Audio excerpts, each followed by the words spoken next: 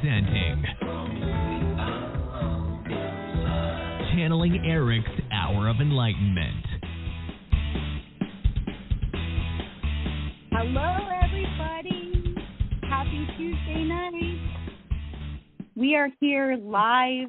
We are here. Unfortunately, Elisa's not with us tonight. It's me, Michelle Gray of The Healing Heart, and Elisa has a little bit of a under the weather situation going on tonight, so she's not joining us. But I tell you what, we do have somebody very special that's joining us tonight.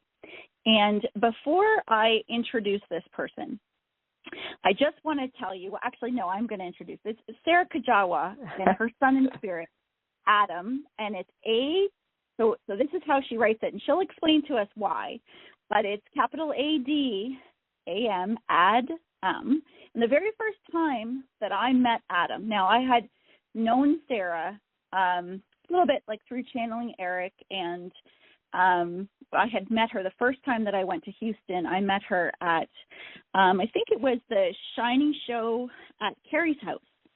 And Sara, you were teaching at that time. I think that was the first time I met you, but we also have worked together doing group healings and a couple of events with our mutual good friend, Denise Ramon, who's also a medium many of you know on channeling Erik. So I absolutely love this girl. I love what she does. I love her story. She is so special to the channeling Erik community. And when I went to my last trip to Houston, and so this was a year and a half ago when I went to go to Elisa's house, Erik's home, to film for the documentary, introduction to Adam was, well, first of all, I flew on Spirit Airlines, okay, which is so yellow. I flew on Spirit, which was yellow, and Sara will explain to us why that's significant.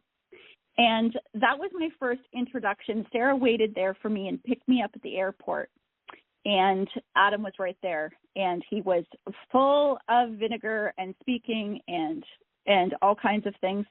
And then as I got off the plane to come home, I remember my husband and I were going out to dinner with my kids, and this great big yellow pickup truck pulled out in front of us, and I took a picture and sent it to Sara, and I'm trying to remember what the plate said, but it said something like, you do you. That's what it was. It said, you do you on the plate, and I knew who it was from. Yes, I knew who it's from. So without further ado, I won't keep going on telling the stories because Sara will have to fill you guys all in on why that's all significant.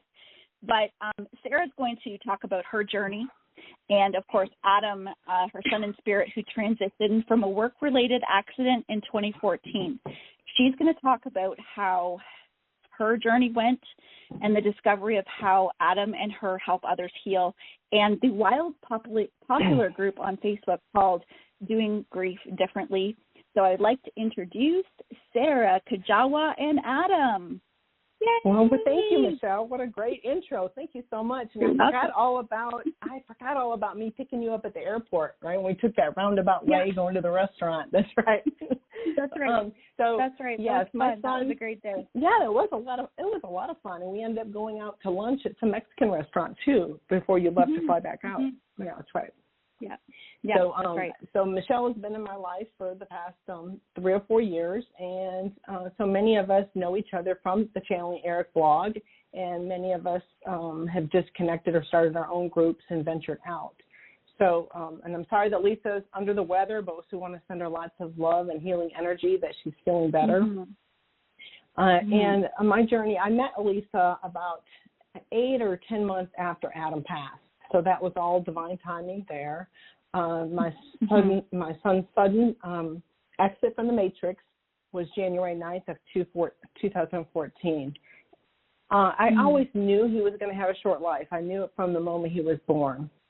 I didn't know what to do with that information. I didn't know where to even research or to understand. So I just took it on because of my Catholic upbringing. I took it on as fear-based, worrisome. I am going to somehow control this, fix this, the whole guilt of I need to somehow protect him more so than my daughter, because I just felt this almost like a psychic sense that this is going to happen, but yet I wanted to have the control over it. because of my upbringing, I didn't understand that we each have our own soul's journey, that we can't control another's journey. But it wasn't until after he passed, it all started kind of connecting, and I felt his presence pushing me. Of course, my life completely fell apart that morning that we got the knock on the door.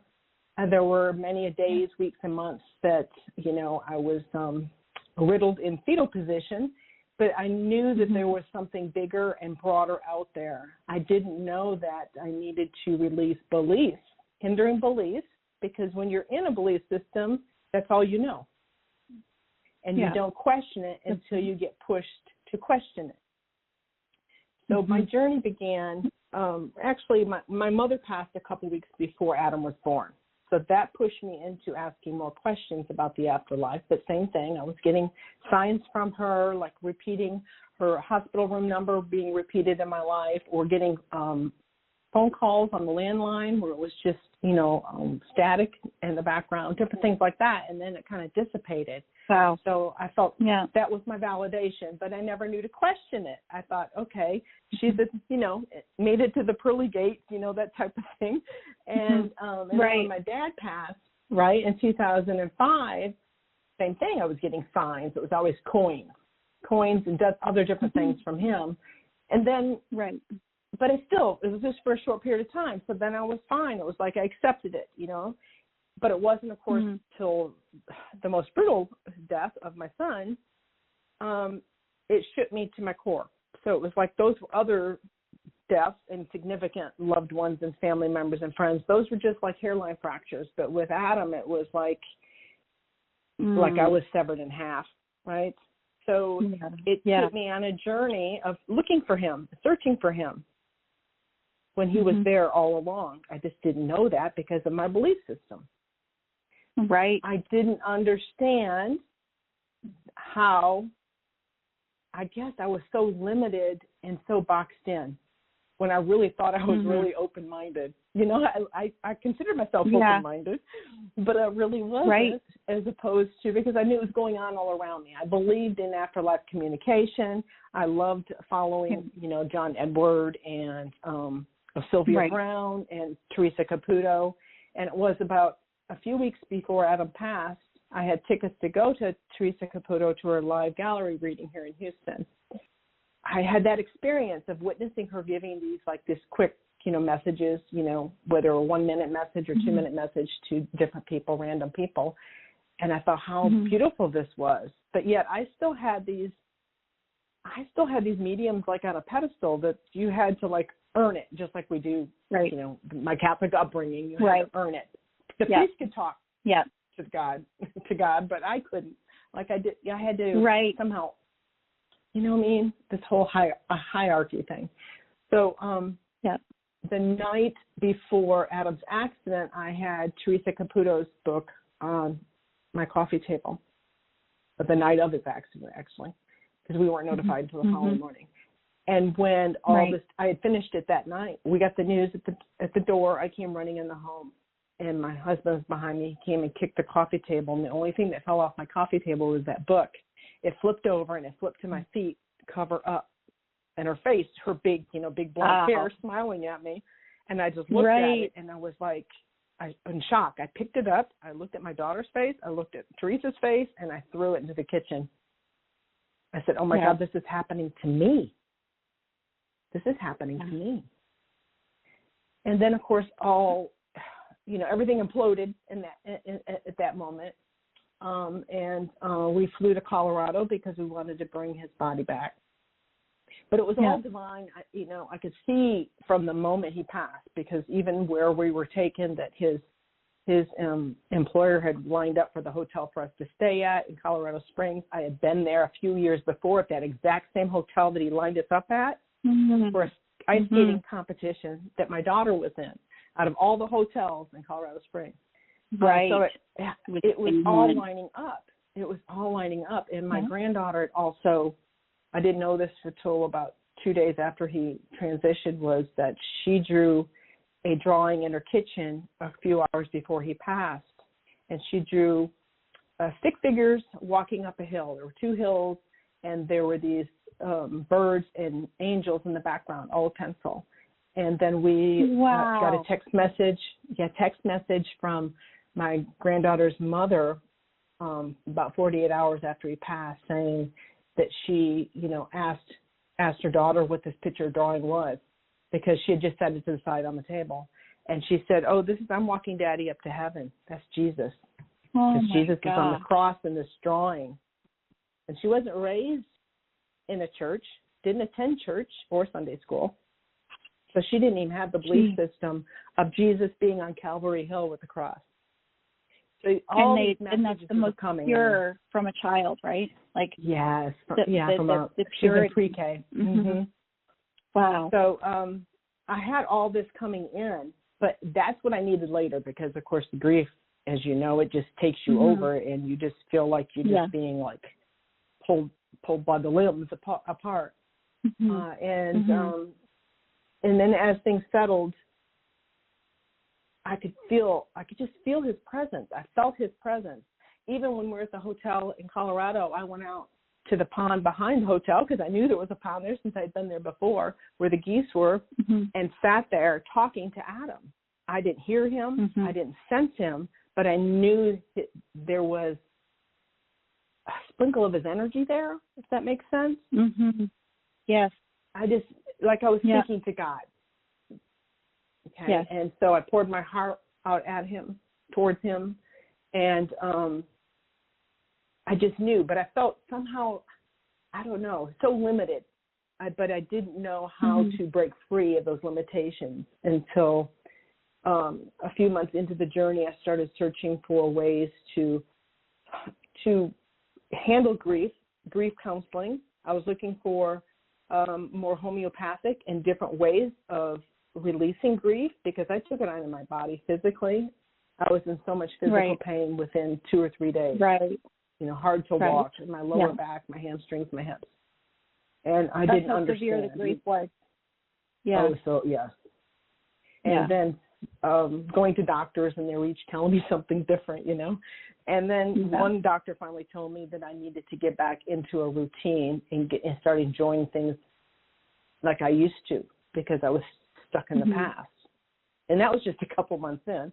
But it was like, oh, this really is the grief, because I really thought I really strained. I physically did something. I wasn't even understanding that the physical and emotional was so strong within those hours. So I came across Reiki Treatment. So I sought out that. Never heard the word Reiki before, even though I was in the health and fitness industry my whole life. Never heard that term before. And then I found a practitioner close by, within a few miles of my home, and had a couple sessions. And I felt, oh my gosh, I'm feeling relief. There is something to this. I need to know more about it. So my sister did some research, and she found that they were teaching adult classes, Reiki classes, at the local college. And so we signed up, and I took all the courses, and then, finished all the way through the master class, within like that first year, because I knew that it was my opening to channeling, because my Reiki master was an angel channeler. So it kind of opened the door to connect, that I needed to feel for him, and how to feel, and to move that energy that I was holding on into my body, into my, my root chakra, that fear, and my solar plexus and my sacral. I was holding on to it so hard, of course. Yeah. So that's how I got That's started. Amazing. And that's a really big, like, for anybody listening to this too, if you're experiencing grief and you're experiencing pain, it relates to, we have to be able to work through that, to be able to release that grief, because that energy is so strong. It affects our body.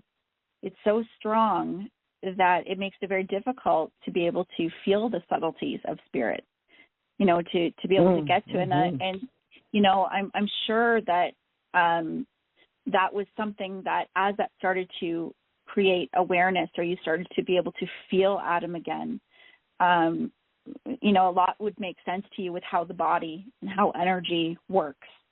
Like having Reiki must have really helped open up all of that understanding and doors. with that, the belief systems, that started to peel open at that time as well. Right, because then it was like, I had this belief about this. This isn't working anymore. Why was I holding on to that belief? You know, it's kind of like opening up your closet door and saying, why are you holding on to the sweater from 14 years ago that hasn't fit? You know, so you kind of you're releasing, and you're going through this process, but you even know you need to go through the process until you have a bump in the road, right? And the universe wakes you up somehow. Whatever the grief, it could be, you know, loss of job, a loss of a pet. It could be multiple ways. So this is a part of this great awakening, and I see how it's all worked out for me. Right. And it's been a long process, but it's just, I love synchronicity. You know that. I love synchronicities of everything. We call you Syncy Sara. You're Syncy Sara. I love You've got the synchronicities, and like just you'd mentioned that, just having that, even beginning with going to Colorado and staying in that hotel. And can you explain to us how you started to, because guys, Sara has synchronicities that will blow your mind. Okay, like and she will tell you, if you pay attention, if you really pay attention to the synchronicities, they will come, and you will have so much validation from the universe around you. Yes. And Sara, maybe you could tell us a little bit about that too, because that is just what you experience. It blows my mind. It's so cool how much validation you get from spirit. I didn't even know what synchronicity even was until, I had those synchronicities. Now looking back as a child, I remember like manifesting different things, or the synchronicity. I remember even when I was like 6 or 7, our neighbors had a driveway that was full of rocks, and I would always look for the clear rocks. I'd never seen a clear rock. I didn't know what it meant. I could have cared less, but I thought the clearest ones, and they're still kind of milky, were the special ones. And I would rub on them. I would hold them and rub on them as a kid. Oh, and I remember with my girlfriend washing it in my little bathroom sink, and putting clear nail polish on it and saying a wish that I wanted to dress like Cinderella. I wanted a Cinderella dress. Okay, because, I knew that wasn't going to happen, but that was my dream. I loved to visualize as a kid. That's my strongest. Yeah. And it wasn't 2 weeks later, my sister came home from college, and she was going through kind of pulling through her closet to get rid of things. And she said, here, if you want my prom dress, you can have it. Because she's the oldest, I'm the youngest. And it was a light blue and white prom dress, strapless prom dress, with the big fold from the late 60s. And it was like, for me, it was full length. So it was like, oh my gosh, I didn't even correlate that until after Adam passed, of how those little things throughout my whole life happened. Of course, that just put me on a path wanting to know about crystals, and different things like that too. So if you can look, when you can look and kind of like notice the dots. It's not that you search for them. It's just when you are more clear-headed and you have those moments of peace, whether learning this through meditation or being in nature or even doing guided meditations or getting back to doing crafts or something with your hands, some type of handwork, it'll open that space for clarity so you can see how things are happening for you and connecting those synchronicities throughout your whole life that got you to today. And then you see how powerful our thoughts are. So then you're like, oh my gosh, you can go either way. Like if you can go, you're going to manifest and bring in more of the negative news or anything like that, because that's what you're focused on too, of course. Yeah. So whatever you focus on, you're going to get more of like a magnet, to reinforce your beliefs. Exactly so you got to switch your beliefs and clear them up the best you can, and, and not feel guilty about it and let go of that Catholic guilt along the way.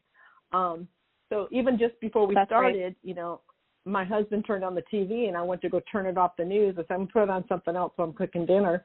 And he had it on whatever channel. And I turned the guide on, and 2 channels down was the end of the series of Adam 12.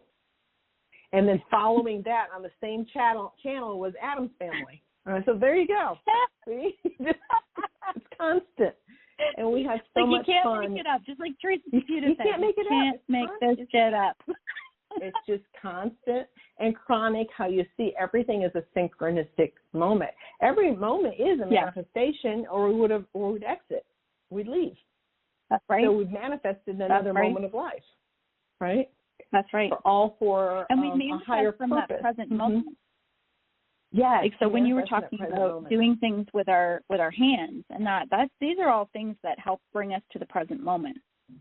And being in the present moment allows us to be able to see these things, because when we're in our past or we're in our future, we're missing that. We miss those subtleties, and Spirit's in the present moment with us. Our manifestations, all of those things are in the present moment.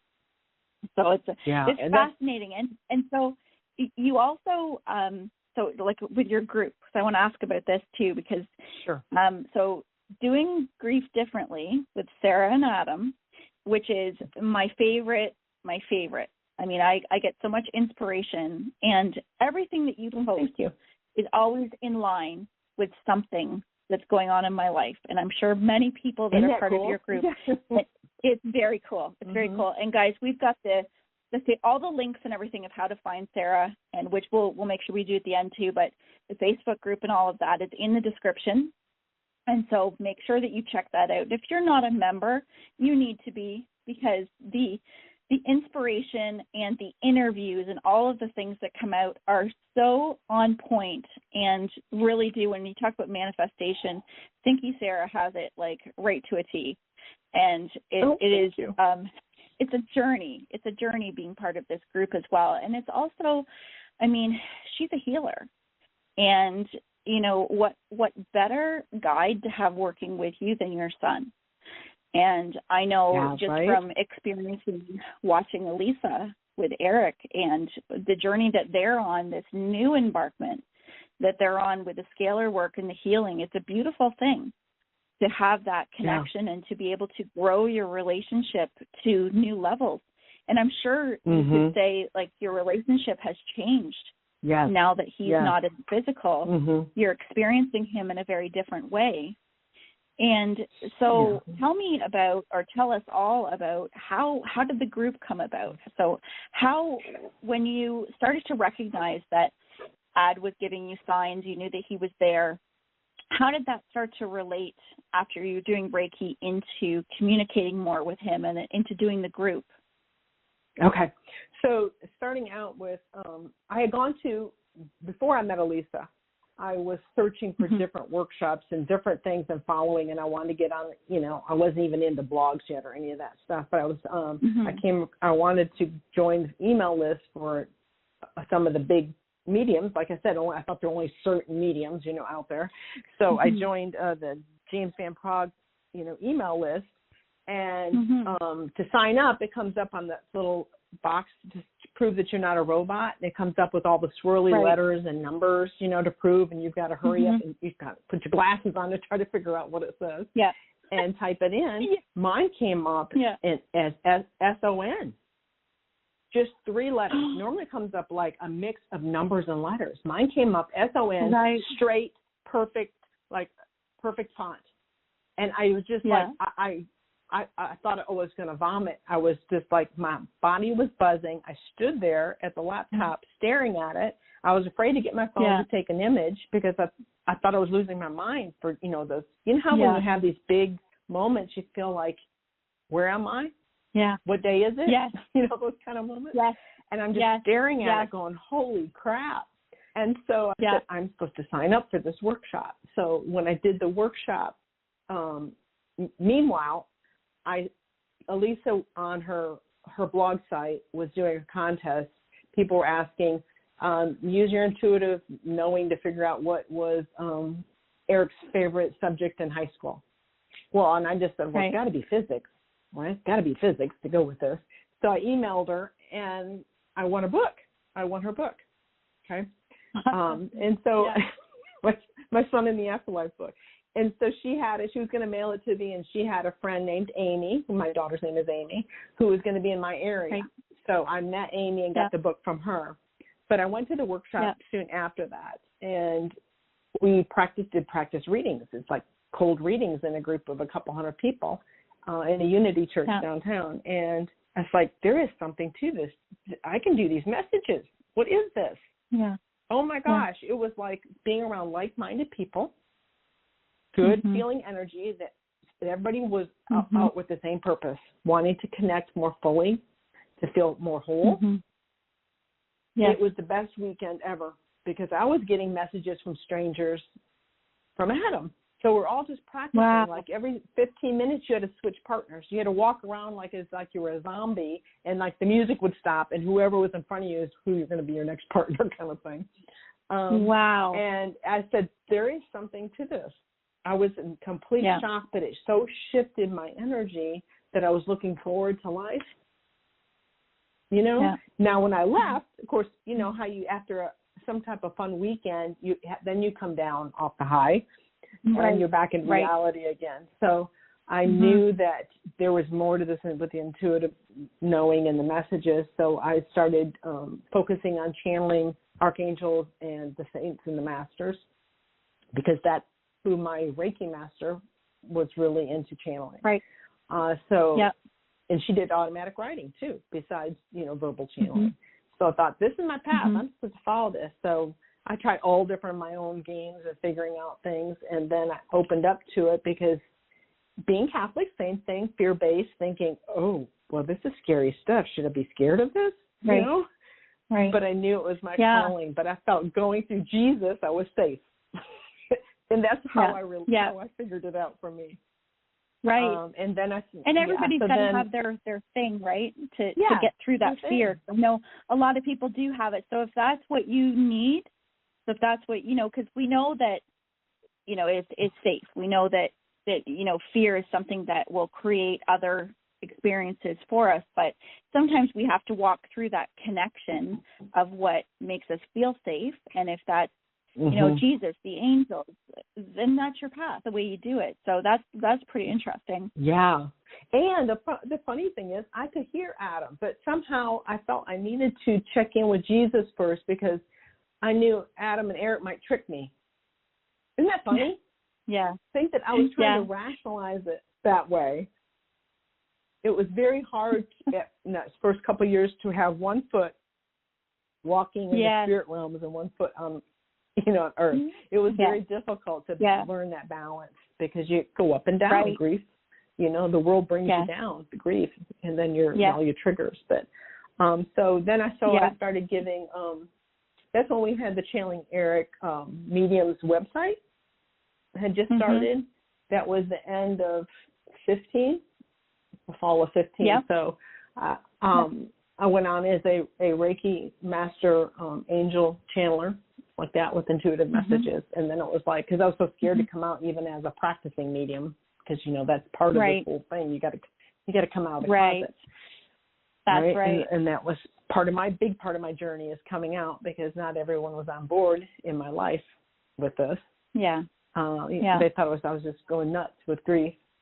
And then and maybe talk about that for a second too, because that's a big one, because a lot of people resonate with you and agree that it's one thing when we're walking through that path ourselves, and if you're experiencing grief and you're in that one foot in one world, one foot in the other world, and then how do you walk with that with people that, and I'm sure said, okay, well, Sara, you're in a lot of grief. You just want it to be that way. So what would you say? How could somebody help themselves to kind of bridge that, to get through that? Well, I did spend a lot of alone time, because I realized when my friends started falling away, that I needed the alone time. Versus I needed people outside me so I could share these stories, and they had to, I wanted them to validate it. And that's not what you need when you're on this journey. You got to feel that confidence within first.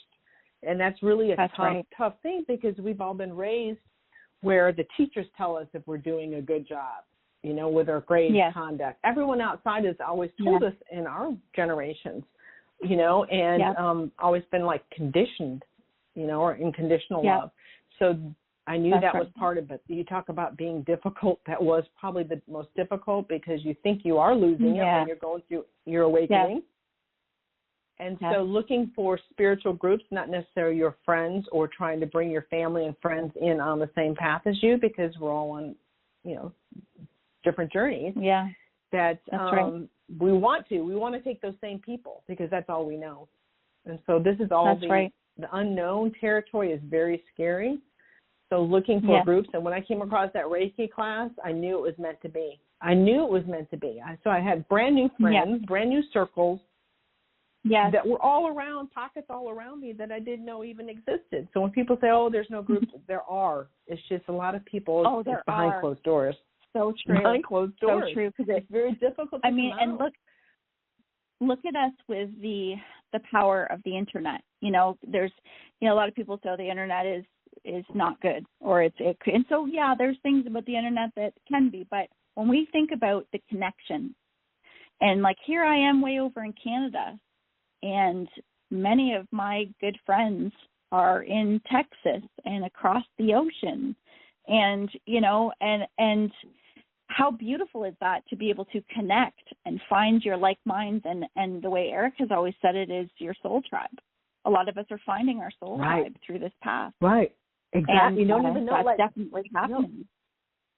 Like meeting, with Erik, and it was like, and Erik says, oh, well, I'm your guide. And I was like, what?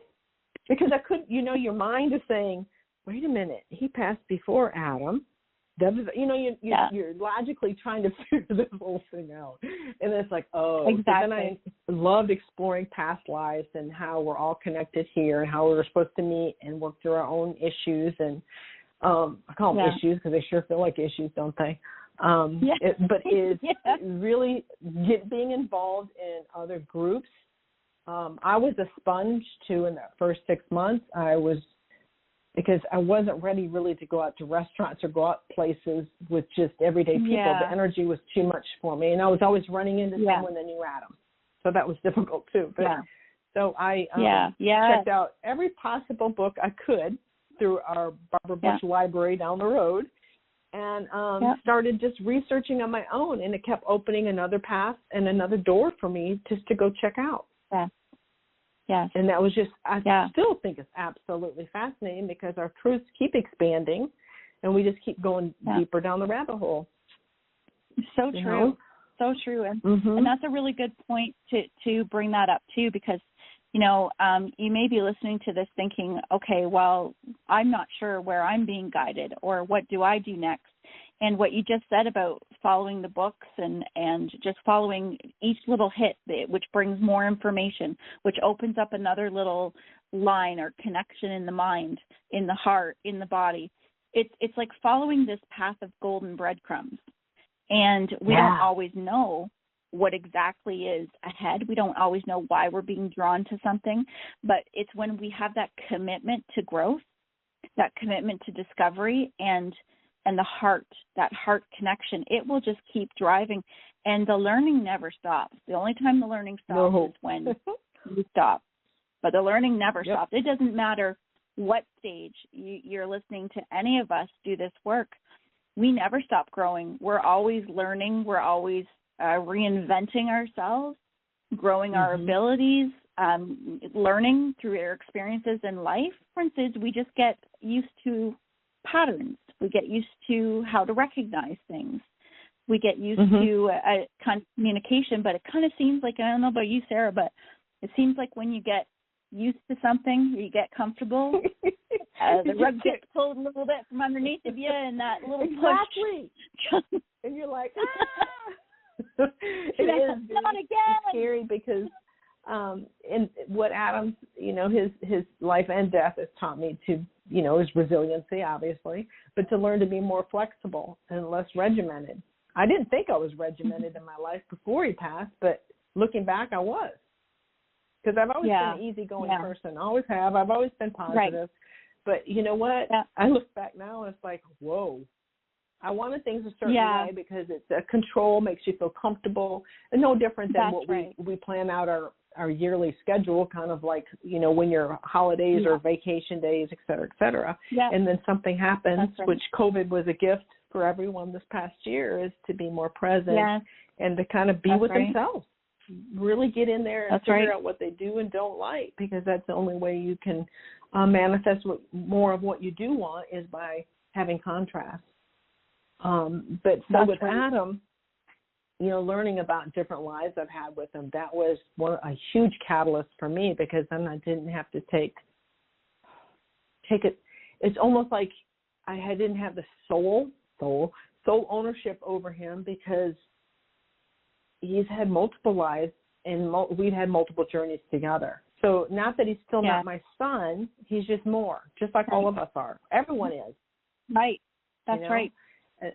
So I had to kind of restructure and rebuild and strengthen that relationship with him on my part. It was already there in the ethers, that I was already there. But for me, I needed to have it strong enough where I didn't wobble anymore. Yeah. Where one day he's gone, next day he's here. That kind of thing. And that's where grief can be a roller coaster, because you start doubting and you go back to old patterns of thought, which is beliefs. And then you go, oh my goodness, this has rattled me to my core, so I can rebuild my life. Yeah. And that's right. If you're listening to this, you already know that you're a light worker of some form, or you wouldn't be listening to the show. So you already know you have some type of calling. And figuring out what your calling is, like you said, Michelle, you follow those little nuggets and it'll take you to more. No different if you went into the mall, you're going to follow your passion and go where you want to go. You follow those little leads. That's right.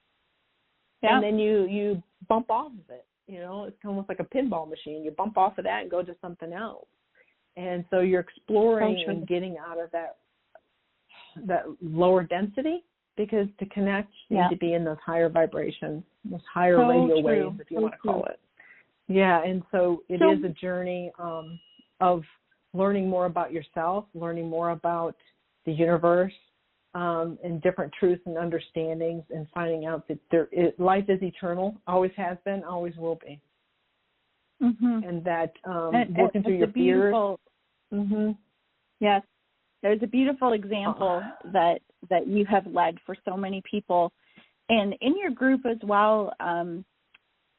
You also have a lot of interviews that you will do, and something that Adam and Erik have in common is they will bring in many different spirits, but you've got a really beautiful way of bringing in different celebrities. And can you just talk a little bit about, like, how does that happen for you? How is that process for you? Well, what started was because I didn't know anything about any of this, but then when I got involved, about 8 months after Adam passed, after going to the Van Praal workshop and to Reiki or whatever, then I started listening to Jamie Butler on Channeling Erik, and it was like, well, I want to do that. You can do it, I can do it, that approach. That's right. And so I was like, okay. So we got to the point of doing a group. I knew I was going to be doing more, but, same thing, the unknown, scary, putting yourself out there, using your name, right, instead of some kind of, having behind the closed doors.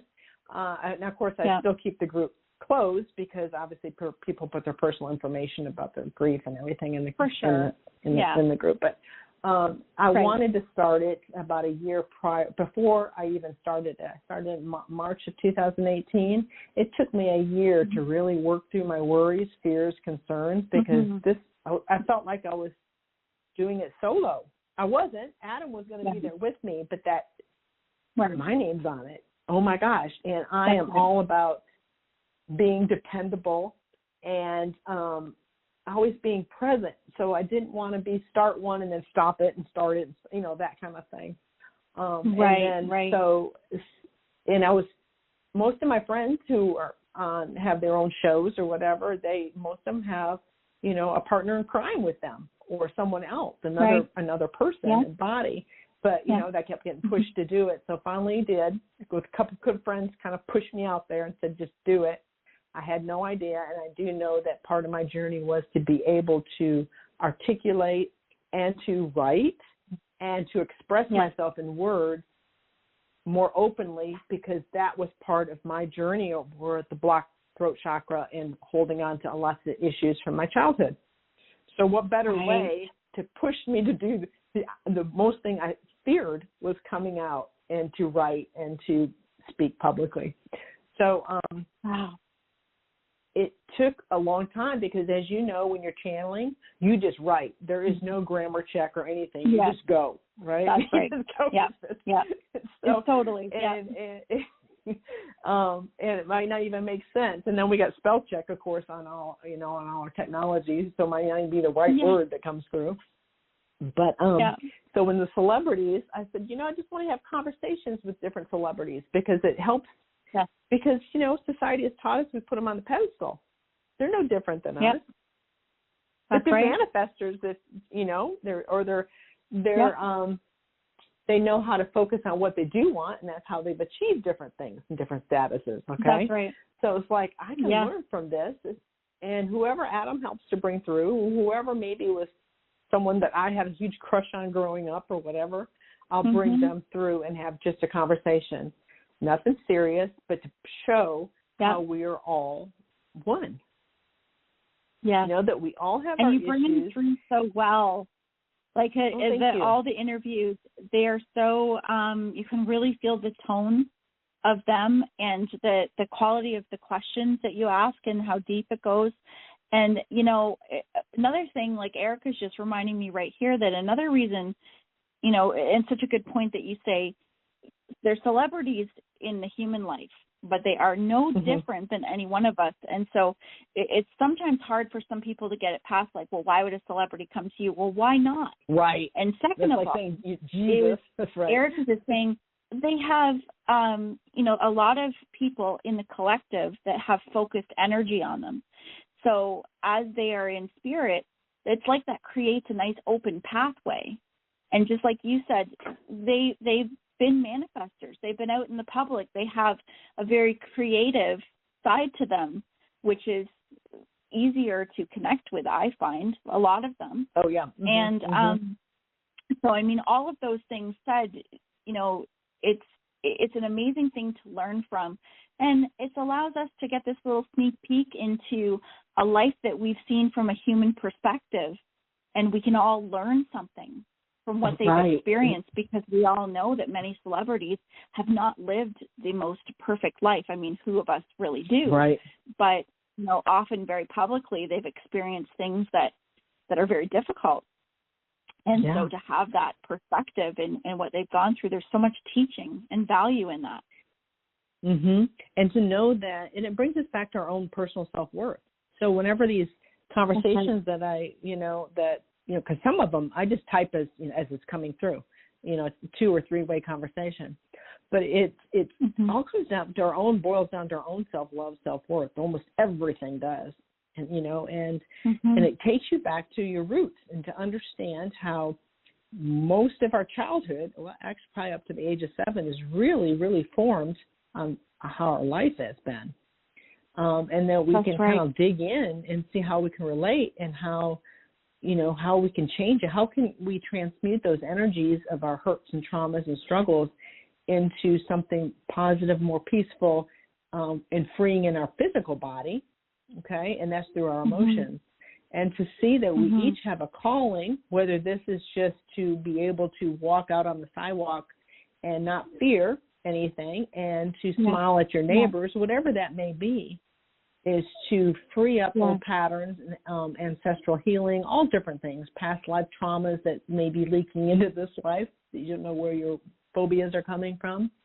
And it's just like you gain this empowerment of like, oh, if someone like a celebrity calls me by my name when I'm talking to them, it's like, me? Like, how do they know me? But it just takes you on this whole nother journey of understanding that I might not be able to talk to Rush Limbaugh on the radio, but I can talk to him after he dies. You know what I mean? So true. It's just so fascinating. And like, again, guys, if you have not joined her group and checked out Sara and Adam Doing Grief Differently with Adam and Sara, it is on Facebook. The link is in the description that we have here. And Sara, how can people connect with you for readings? And you also do healings as well. I know you're an awesome healer. And spiritual coaching. And sometimes we'll put out free healing too, and past life readings. Yeah, that's right. And your website is my Sara name. Kujawa. SaraKujawa.com.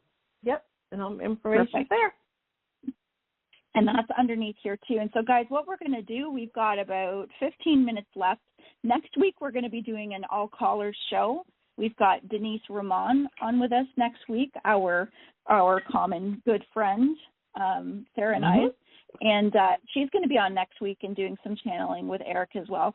But so for the last few minutes, we're going to bring some callers on, and we're hoping that Sarah and Adam, I didn't even address you. Thank you so much for being here tonight. I'm sure that you and Erik had something to do with hooking this up. Obviously you did. So yes. Thank you for hooking us up together. And if you guys would stay with us, and we'll bring some callers in. Erik is also addressing, I didn't get a chance to say in the beginning, but he's blowing kisses to everybody. He's been listening intently, and him and Ad have been buddied up here together. And I crossed my fingers that there was going to be no messing around with the equipment tonight or anything, and so far so good. So I was hoping they wouldn't mess with me. So we'll bring on the first caller, and Sarah and Ad, are you ready to take some callers? Sure. Let's go for it. Okay. All right. So the first caller that we have is area code 561-252 and 4051. And hello, you're on the air. Hi, ladies. Thank you for the space that you're creating tonight. And we miss Elisa terribly. Yes. Yeah, we're sending her our love for sure. She needs a night off. She needs a night off. No, I agree. Yes, yes. So I hope she's getting the rest that she needs tonight. Yes, we sure do. Good. What can we do for you tonight? We've got Adam and Erik here with Sarah and I. And how can we help you tonight? Awesome. In this, in these trying times, I'm really concerned about my job, and my boss, and where I'm heading in this position. Anything that you can tell me, I'd appreciate it. Sure. Let's see. Sarah, you got anything there? Yeah, I'm feeling. Are you concerned? There's something regarding with you're having some fear, because I can feel it in your root chakra, because you're concerned too regarding income, pay, the future. So something regarding the abundance too. Yeah, I can feel that. Because I like to kind of scan just your chakras. That's my way of kind of digging in there first. So regarding abundance, and it feels like we talked about abundance and manifesting. It feels like there's something coming in the next 2 to 3. So I don't know if this is 2 to 3 weeks, 2 to 3 months. Michelle, what are you picking up on that? Well, I was just getting, Erik was just talking about focusing, because he says that there's a little bit of uncertainty. And sometimes uncertainty and fear can create this pattern, like a circular pattern in your energy field. And so he says to really be looking at what it is that you really would like to do, because there's some opportunity that's going to come forward for you that may look like it's something that's you're not too sure about, something that you're not sure if it would be the best thing for you, because Erik's saying to be clear on what it is that you want, but don't be afraid to take an opportunity that might seem out of your normal realm of doing things. So is that within my job or outside of my job? My current job. Prospect. I heard prospect. He's saying, it could be connected to that job. It could be there might be something linked in there. The other thing too that I'll just add is that I'm also getting Erik's talking about the compassion for yourself too, to be easy on yourself, because he says that this all goes hand in hand with abundance, and when we are hard on ourselves or put a lot of pressure or expectation on ourselves, that can create a block energetically, because he's really giving the loosen up the reins on yourself to allow that energy to flow to help bring everything in a little bit easier. He says, be soft on yourself, be kind to yourself. Yep. Yeah. I also got regarding tapping on abundance. Have you done EFT tapping before? No. Okay, so look on YouTube. There's many wonderful, amazing tapping instructors out there, and it's just moving the energy through tapping your meridians. Okay, And so you can call EFT or tapping, but tapping for abundance. You can even Google just on YouTube tapping for abundance, and it'll help move that energy and opens up pockets so you can manifest easier of what you do you'll want. feel that too. Because it feels like there's some fear binding, so you can release that fear. It'll open it right up. Okay. Wow. Yeah. Okay. All right. So Thanks much, for ladies. calling in Thank tonight. you. You're welcome. All right. Take care. Okay. Bye-bye. All right. Bye-bye. All right. Now we have area code 303-809. You are on the air with Sarah, Adam, Michelle, and Erik. Hello. Area code 303. Hello? Yes. Hi. Are you there? Hi. What's the name? Yeah. Hi. We're here. My name Hi. is Peggy. Yeah. Hi. Hi, Peggy. Where are you from? I'm from Brighton, Colorado. I know Colorado. Sarah. Great. Hi, Peggy. Hi. I have a question for Erik. He is my spirit guide, but there's times when you can't hear your spirit guide, or he wants me to dig a little deeper. And I'm a walk-in, and so I'm just like wondering, and I've been a walk-in since 11/11 of 2012. I'm just wondering, like, what am I here for? I'm just like, I feel like I'm in a rut. I'm waiting on disability. I'm waiting on to move out of my brother's. It's just been like a struggle. Okay, well, first I heard is compassion and self-compassion. That's the first two things I heard. Compassion and self-compassion. Because of your struggles, and to know that you're also serving a purpose living with your brother. But it might feel like it's a hindrance, but it feels like it's serving a purpose right now temporarily. Okay. Is there some fears around, it feels like there's some energy around where you're living that it doesn't feel comfortable, and that's another reason you want to move out? Yes. Okay. Yes. So let's look at that, moving that fear out so it kind of clears that pathway so you can get the heck out of there. Does that make sense? Yeah. So it feels like there's something in there regarding that relationship you have of male dominance. Yeah, my brother. Does that feel right? Okay, so it is your brother. Peggy's brother. Okay. Yeah. Okay, Peggy's brother. I'm not really. So, he's not really my brother.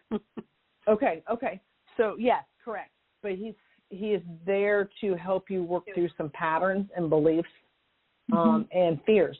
So it's kind of like that's where Erik probably wants you to dig in. Yes, dig in and to kind of look at those fears. What is this bringing up? Traumas, different things.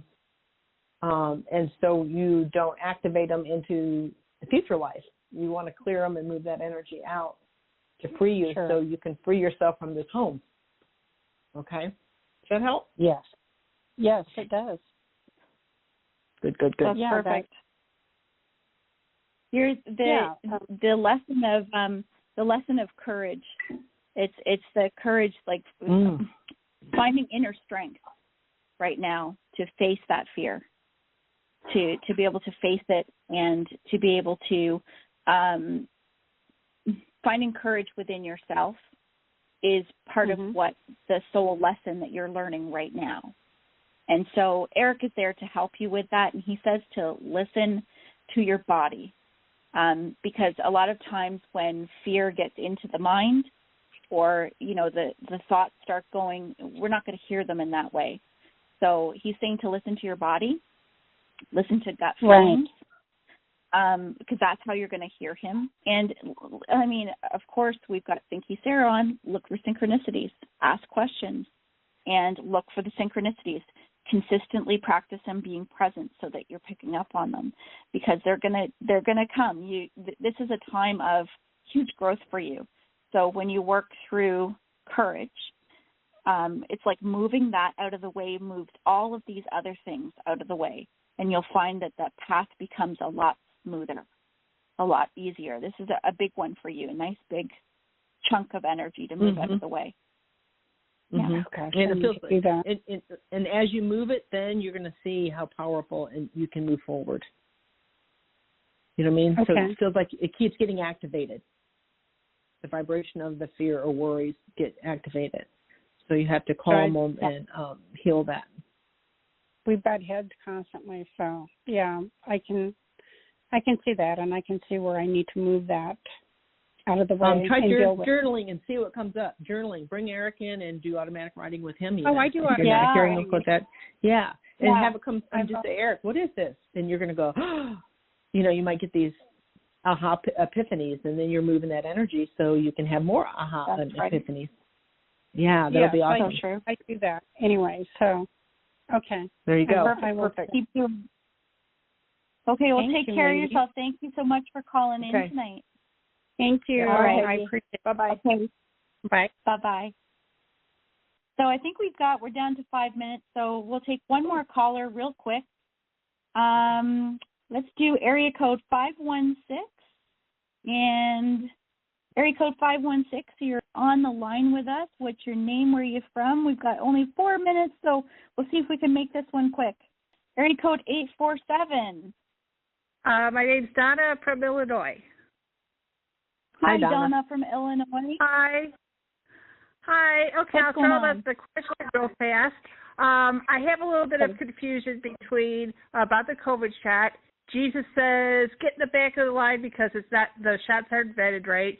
But Erik is saying, oh, no, they're fine. Go ahead and take it. I was wondering if they could just duke it out real quick and kind of clear the air for me. It's a little confusing. Okay.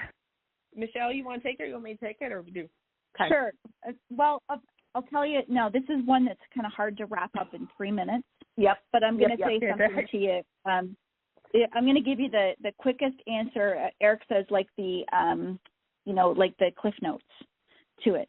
Okay. The thing is that both answers are correct because this is not a black and white answer. All right. Okay. The COVID shots are, Erik says, to go for the path of least resistance because what's right for one person is not going to be right for another.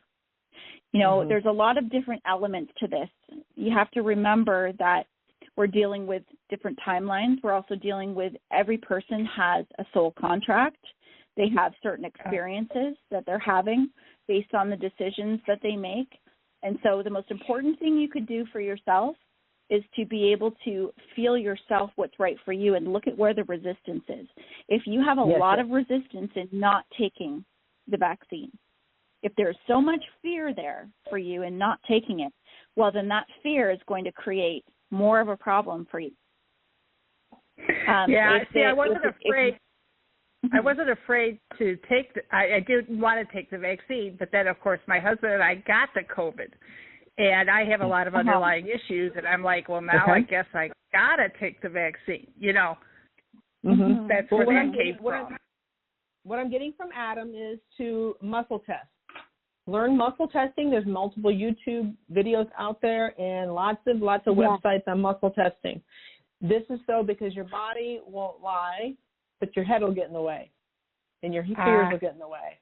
So learning the muscle testing, and you can use that for supplements. You can use this for food allergies. Hey, Donna, Sarah, I'm gonna cut you guys off here because we're just about to go off the show. I just want to say real quick, thank you so much, Sarah and Adam, for joining us. Make sure you guys join Doing Grief Differently. SaraKujawa.com. Also, Elisa's AtlantisScalar.com and me, Michelle Gray, at TheHealingHeart.com. All the information is below. Thank you guys so much for coming out tonight, for spending this time with us. Elisa, we love you so much. We hope you feel better. And for all those that we didn't get to tonight, please call in next week for an all-caller show. Good night, and we love you. Good night, Sarah. I love you. Thank you, everyone. Good night.